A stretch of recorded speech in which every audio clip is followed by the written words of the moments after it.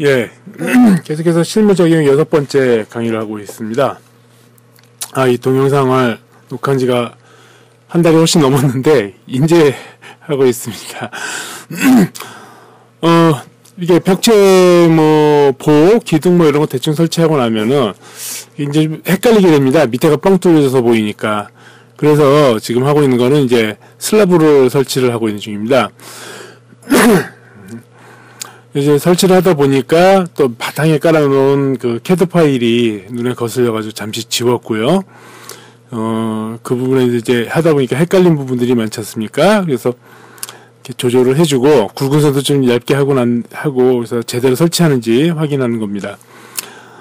일단 슬라브를 깔 때는 이렇게 경계선을 해서 하는데, 경계선 할 때는 라인을 긋는 방법이 있고 벽체에서 선을 추출하는 방법이 있고 여러 가지가 있다고 말씀을 드렸습니다.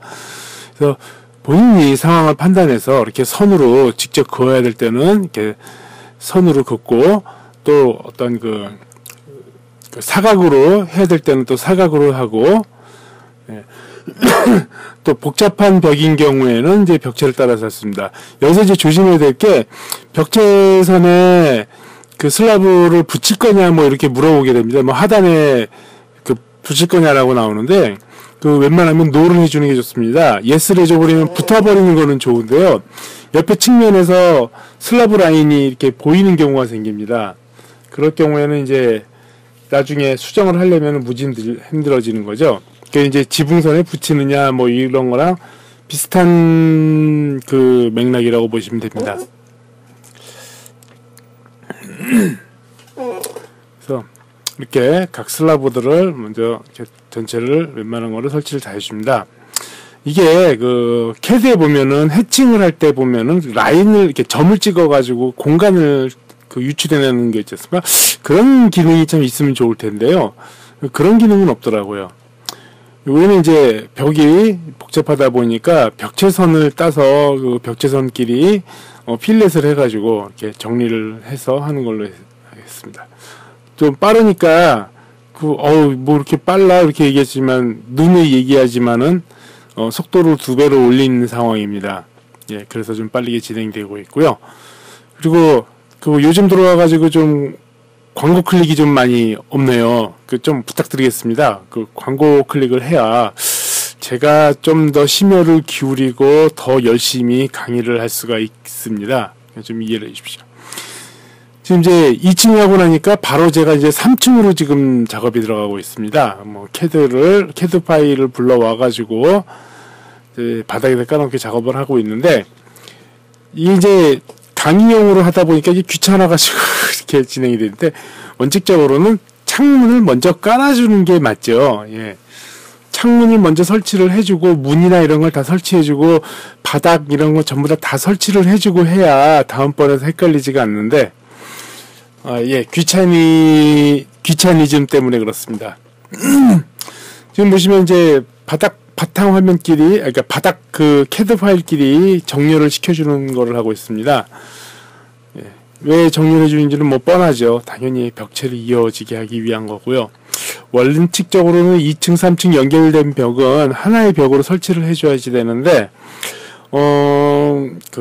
먼저 설계가 되어 있는 경우에는 뭔가 이렇게 특성이 좀 다를 수도 있고, 그리고 좀 디자인의 연속성이 없습니다. 아파트나 오피스텔 또는 상가 이런 경우 같은 경우에는 거의 상업공간은 상업공간끼리, 주거공간은 주거공간끼리 이렇게 연결이 되는데, 이렇게 단독주택을 하는 경우에는 왜 디자인의 습성 때문에 그런지 모르겠지만요, 매 층마다 평면이 달라져요. 그래서 발생되는 문제가 뭐냐면 계단이 안 맞아가지고 계단 때문에 나중에 트러블 많이 생기고, 또 파이프 샤프트, 설비에서 파이프 샤프트가 제각각 엉뚱한 데다 생기기 때문에 문제가 많이 생깁니다. 아파트에서는 이건 굉장히 치명적이죠. 왜냐면은 지하층에서 한 25층짜리 아파트라면 25층짜리가 샤프트가 다 일렬로 연결이 돼야 되고, 그다음에 엘리베이터 샤프트가 다 연결이 돼야 되는데, 이런 식으로 층마다 다르게 이렇게 평면 계획을 잡아버리면은 거기 완전히 망해버리는 거죠. 근데 2층, 3층짜리는 이런 경우가 많더라고요. 저도 예전에는 주로 대형 건물 쪽만 관여를 하고, 설계나 감리 전부 대부분이 이렇게 대형 건물 쪽으로 많이 했었거든요. 소규모 주택을 하다 보니까 이런 부분 때문에 많이 힘들었습니다. 아파트 같은 경우에는 사실 이 레빗을 활용하면 굉장히 도움이 됩니다. 한 층도 아니고 어떻게 보면 한 기준 세대라고 봐야 되겠죠. 기준 세대만 제대로 이 평면이 잡혀버리면은요, 그대로 복사를 해버리면 됩니다. 예전에 3D Max 비즈라는 책에서 책을 봤을 때도 거기서도 그렇게 식으로 했습니다. 물론 이제 그런 경우에도 전체 벽면을 쭉 연결을 시켜준다든지 뭐 이러한 기능적인 통합이 필요하기도 하겠지만은, 일단 아파트 같은 경우에는 그냥 모듈화가 돼 있다 보니까 그대로 쫙 올려버리면 되죠. 근데 이런 주택은 좀 어렵습니다. 가장 쉬운 거는 역시 업무용 빌딩이겠죠. 업무용 빌딩은 특히 고층 빌딩 같은 경우에는요, 이렇게 일반적인 로프팅 기법이라고 해야 되겠죠. 그러니까 평면에서부터 입면, 입체를 한출해낸 이런 설계 기법이 아니라 매스 디자인, 그러니까 덩어리를 만들고 나서 그 덩어리를 잘라가면서 하는 그런 이제 디자인 기법으로 가야 될 것 같습니다. 이 프로젝트는 지금 집을 짓고 있는데요. 제가 레빗이 늦춰져 버렸어요. 예, 건물이 지금 이제 2층 지금 벽체를 열심히 철근배근하고 하고 있는데, 저는 지금 이걸 못하고 있습니다. 그래서, 일단 건축주한테 제공해 주기에는 불가능할 것 같고, 그래서 건축주 제공은 안 하고, 그냥, 이제, 요 정도에서만 그냥 멈춰야 될 것 같습니다. 아쉽지만, 설계 납품해서 시공하고 있는 것만 보는 걸로 만족을 해야 될 것 같습니다. 요 실무 적용은 6까지만 하고요. 이제, 레빗 강좌 다음번은요, 매스 디자인을 한번 해보도록 하겠습니다. 매스 디자인을 하는 거 많이 궁금하실 겁니다. 아마 많이 할 줄 아시는 분들은 많을 거예요. 왜 그러냐면, 지금 다 아시겠지만 2016년 이제 1년 남았습니다. 1년 후부터는 모든 공공건축물은 이 BIM 소프트웨어로 납품을 하게 되어 있습니다. 그러다 보니까 이제 대형 설계사무소, 최소한 직원 수가 10명 이상이 되는 설계사무소들은 다 이 레빗 소프트웨어를 도입을 해가지고 나름대로 운영을 한다고 합니다.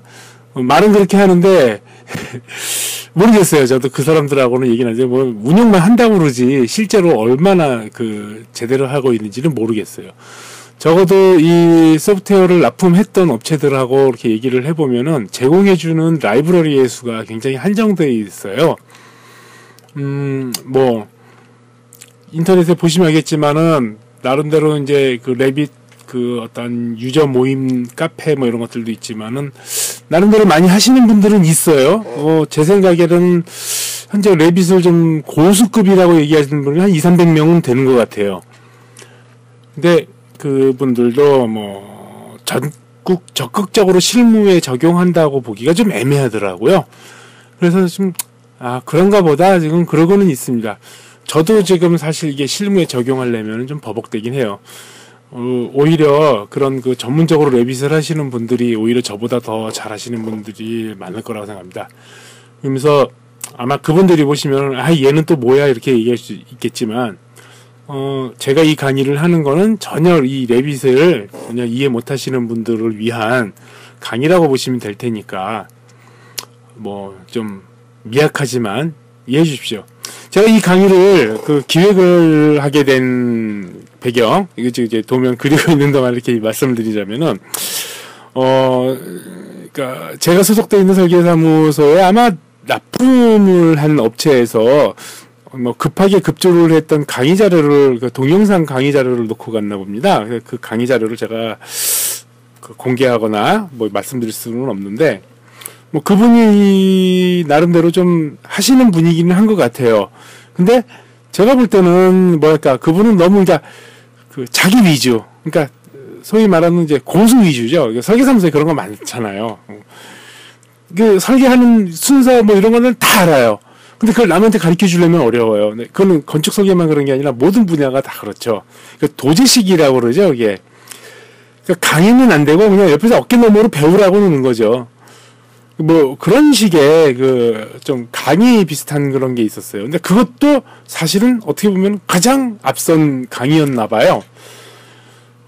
과연 그걸 보고 배울 수 있는 사람이 있을까라는 생각을 했어요. 저도 사실 이 레빗을 처음에 이렇게 한 강의를 그 2번 정도를 받았었는데, 기본적인 어떤 것들은 배웠지만은 실제 실무에 적용하는 거는 굉장히 힘들었어요. 그래서 그런 좀 고민들을 많이 했었습니다. 그래서 이제 이 강의를 하게 된 거였고요. 그래도 많은 분들이 봐주시고 또 이렇게 고맙다고 인사도 해주시고 그래가지고 나름 뿌듯하게 생각을 하면서 강의를 진행을 했습니다. 실무 적용이라 해도 정말 실무에 가까운 거를 했어야 되는데, 뭐 직장이라는 게 그렇지 않습니까? 뭐 조금이라도 제 개인 시간 자체를 허락을 안 하려고 하다 보니까 제가 이게 도저히 이 동영상도 2014년 12월 16일인가에 녹화를 했는데, 오늘이 지금 2015년도 1월 25일입니다.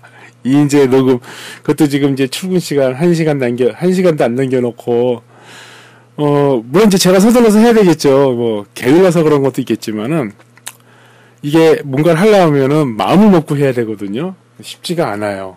그러니까, 제가 나이를 먹어서 그런 것도 있고, 뭐, 현대 생활이 굉장히 사람을 힘들게 만드는 것 같아요.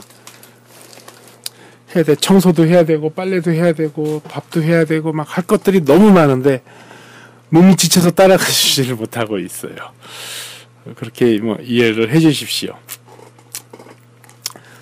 이제 이렇게 3층도 일단 벽체만 놓고, 바닥만 놓고, 뭐, 제대로 된 재질도 아마 제가 선택을 안 하고 있죠.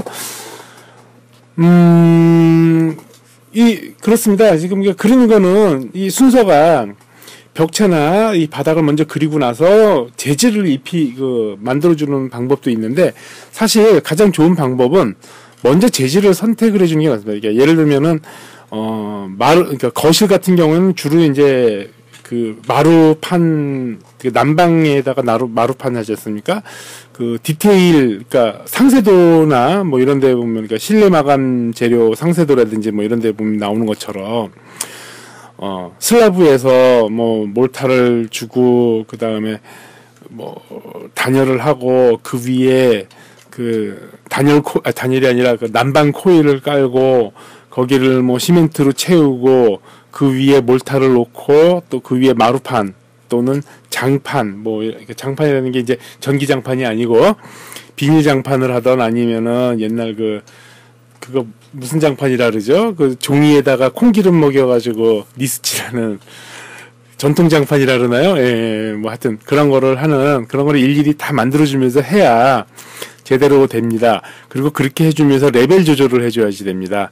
현관 같은 경우에는 자기질 타일을 할 것이냐, 도기질 타일을 할 것이냐, 아니면은 뭐 그냥 시멘트는 아니고 그 이름을 까먹었네요. 무슨 본 타일은 아니고 그 무슨 타일이라든가 스톤 뭐라 그러던데, 뭐 그런 거를 한다든지, 뭐 이게 하려다 보니까, 이 레빗을 하려다 보니까 뭐 시작했지만 자재에 대해서도 많이 알아야 됩니다.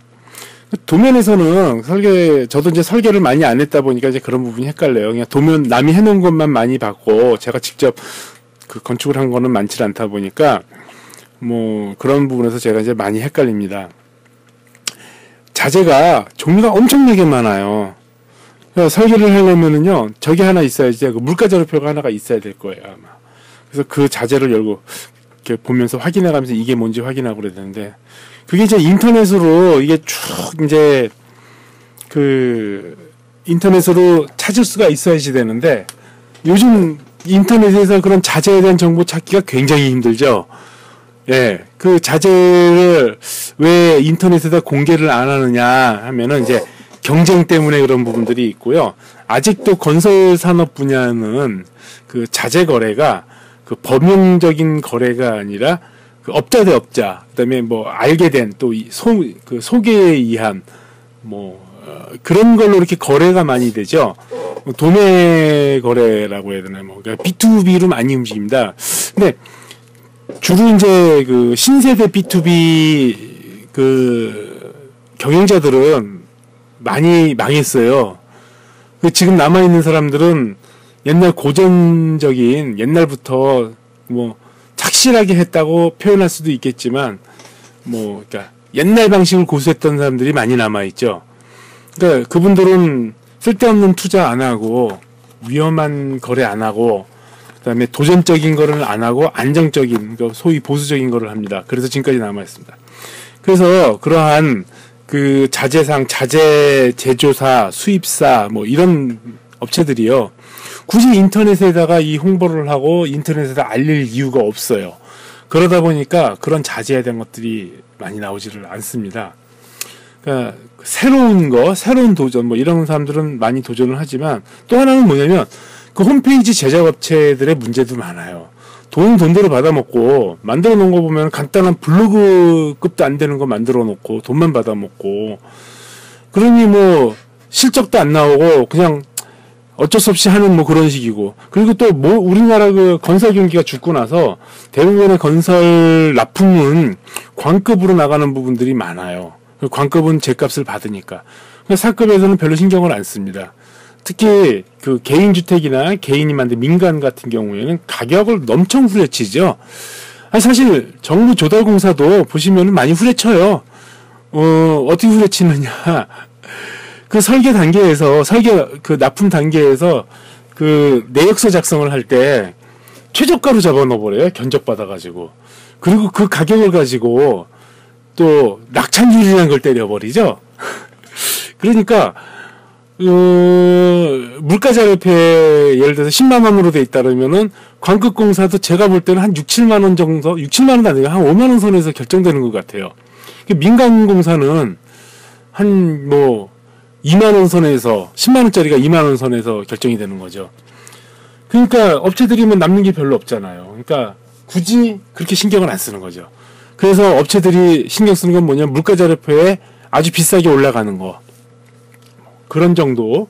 물가자료표에서 10만 원 정도 하면은 그러니까 관에 납품할 때 6에서 7만 원 정도 납품을 하니까. 민간은 해봐야 돈도 안 되니까 납품할 생각도 안 하는 거예요. 예. 근데 더 웃기는 건 뭐냐면 관급공사라 해서 그럼 품질이 더 좋냐? 꼭 그렇지도 않아요. 민간공사가 더 품질은 좋아요. 그러니까 이게 업계의 아이러니컬한 시장인데 이 시장이 여러 가지 이유 때문에 그렇게 좀 잘못되어 있는 부분들이 많습니다. 예, 지금 이제 지붕을 씌우려고 제가 지붕을 지금 작업을 하고 있습니다.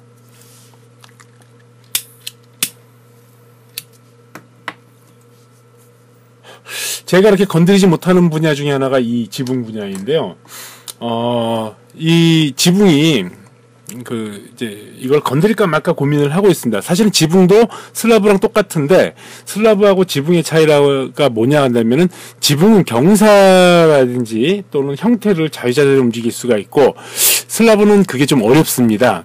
어떤 그 변수가 더 있는 거겠죠. 근데 기본적으로 만들어져 있는 시스템 패밀리에서는 지붕이 굉장히 그 종류가 미약하고 다루기가 어렵게 돼 있어요. 그러다 보니까 이제 실제적으로 국내에 지붕을 사용을 해서 이 레빗 작업을 하려면 작업이 안 됩니다. 저는 그래서 이 레빗으로 작업을 안 하고요. 그냥 그러니까 그 레빗이 아니라 이 지붕으로 안 하고요. 그냥 저걸로 작업을 하고 있습니다. 그냥 슬랍으로 작업을 하고 있습니다. 슬랍으로 작업을 해야 형태라든지 높이라든지 이런 거, 그다음에 재질 이런 부분들을 제대로 손을 볼 수가 있어요. 이런 부분을 좀 연구를 해서 방법을 찾아내고 해야 되는데 제가 놀고 먹어야 놀고 먹는 거는 거짓말이고 그게 좀 농담이고 어떠한 그 일에 그 실무에 그 로드가 걸리지를 않아야 이런 걸 자꾸 연구를 해서 제 강의를 들어주시는 이 청취해주시는 여러분들께 이 정보를 제공을 해드리는데 제가 이제 너무 일에 치우치고 지쳐있다 보니까 그걸 못하는 부분이 많습니다. 여기 보시면 이제 슬랍으로 이렇게 작업을 합니다. 슬랍으로 작업을 해서 이 슬랍으로 이게 경사를 만들어줄 수가 있어요. 이 경사. 레빗에서는 경사, 라운드 이 부분들이 굉장히 취약합니다.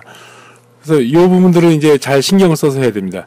제가 이제 높이를 조절해야 되는데, 높이 조절하기 힘드니까, 일단 그 인면도에,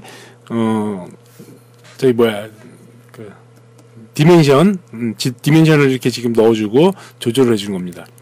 여기도 되게 웃겨요. 보시면 알겠지만은 3층 6100, 다락 8900, 지붕 11700 이렇게 돼 있는데 그 사이를 일일이 계산기를 두들기고 수가 없잖아요. 그래서 자동으로 저게 거리가 측정이 돼야 되는데 이 자동으로 측정이 안 돼서 이렇게 돼 버렸습니다.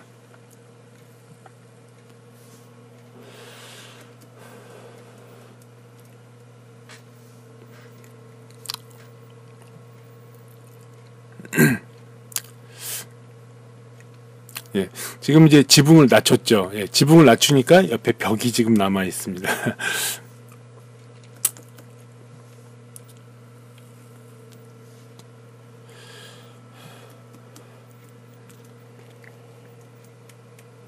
어려우시죠? 어려우시겠지만은 한번 이해를 해보시는 게 낫습니다. 레빗과 관련된 책들이 몇 가지가 나와 있습니다. 그 책은 뭐 제가 쓴 책이 아니기 때문에 소개를 시켜드리기는 어렵고요. 뭐 한 번 정도 이렇게 따라서 해보시고 나서 실무를 적용을 해보시는 게 가장 중요합니다. 실무 적용하시는 건 뭐냐면은 가상의 대지가 있을 거예요. 뭐 이제 여러분들이 사는 집이라든지 아니면 프로젝트라든지 가상의 대지를 하나 만들어줘야 돼요. 그래서 그 대지 위에 한번 그 건축 설계를 하듯이 디자인을 한번 해보시면은 이제 그 실제로 될 수가 있습니다. 저 같은 경우에는 이제 그 게스트하우스라는 프로젝트, 그러니까 어떤 그 관광 숙박 시설로 용으로서의 게스트하우스를 한번 설계를 해본 적이 있었습니다. 하면서 내가 뭔가를 하고 싶은 것들이 있잖아요. 그거 거의 한 달 걸려서 아마 했던 걸로 기억이 나는데, 그렇게 하면은 이제 많이 늘어나게 됩니다. 요거 끝나고 나서 이제 다음번 강의에서 게스트하우스 가지고 어떻게 설계를 했는지 한번 설명을 드리겠습니다. 초반에 제가 보여드렸는지 아마 보여드렸을 거예요. 어떻게 설계를 하게 됐는지 한번 설명을 드리고,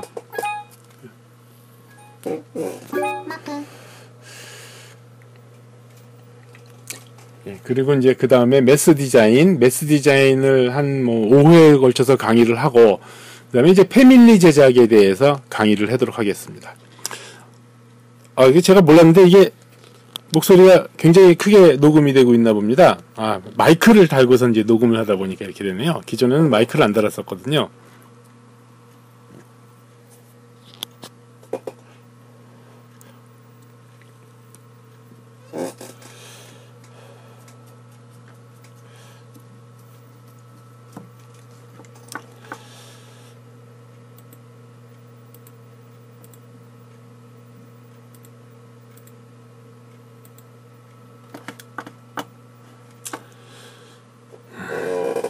이렇게 지붕의 모양을, 지붕의 모양이 또 변했죠. 이게 왜 그러냐면 제가 지붕 가운데를 잘라내지 않았습니까? 그러니까 얘가 지붕 모양이 또 이렇게 이상하게 변형이 됐습니다.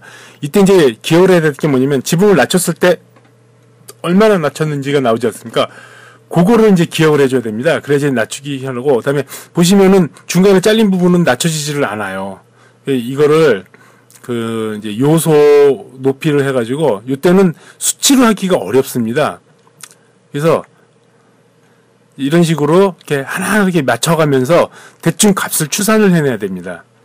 그리고 보면은 이제 소수점까지 나오는데 그 숫자를 맞추고 다른 쪽 기울어지지 않은 부분입니다. 그러면 요렇게 이제, 보시면 지금 지붕에 선이 보이지 않습니까? 저건 뭐냐면 어쩔 수 없이 저렇게 굴곡이 생기기 때문에 그렇습니다. 아주 미세한 부분이기 때문에 실제 렌더링을 하면은 알 수는 없지만은 이렇게 맞춰주면은 이제 알 수가 있는 거죠. 이 형태를 하면서 이제 이 건물을